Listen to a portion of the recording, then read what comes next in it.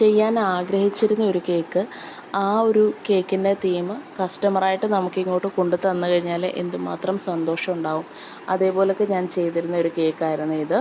ഇത് കേക്ക് വന്നിട്ട് red B കേക്കായിരുന്നു. പക്ഷേ ഇതിൻ്റെ തീമായിരുന്നു എന്നെ ഏറ്റവും ആകർഷിച്ചത്. അത് ട്രെൻഡിങ് ആയിരുന്ന വിൻറ്റേജ് തീമിലുള്ള റിബൺ കേക്കായിരുന്നു.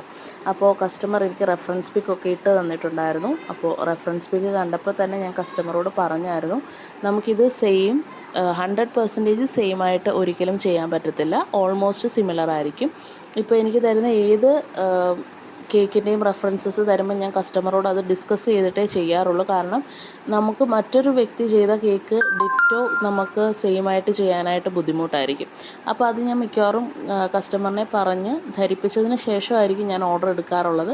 അത് കസ്റ്റമേഴ്സ് മനസ്സിലാക്കാറുമുണ്ട് എന്നുള്ളതാണ് ഏറ്റവും വലിയൊരു സന്തോഷം. അതിനുശേഷം ഞാൻ ഈ ഒരു കേക്ക് ചെയ്തു. അത്യാവശ്യം ഒരു ടെൻഷനും ഉണ്ടായിരുന്നു.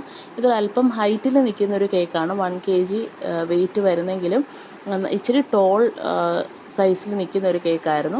അത്യാവശ്യം നല്ല രീതിയിൽ തന്നെ അതിൻ്റെ ഫിനിഷിങ്ങും കാര്യങ്ങളും എല്ലാം ചെയ്തെടുത്തതിന് ശേഷം ഈ ഡിസൈനിങ്ങും ചെയ്ത്, ഇതൊരു ലൈറ്റ് ഷെയ്ഡാണ്, അതായത് ഒരു പേസ്റ്റൽ ഗ്രീൻ ഷെയ്ഡിലായിരുന്നു കേക്കിൻ്റെ കളർ ഉണ്ടായിരുന്നത്.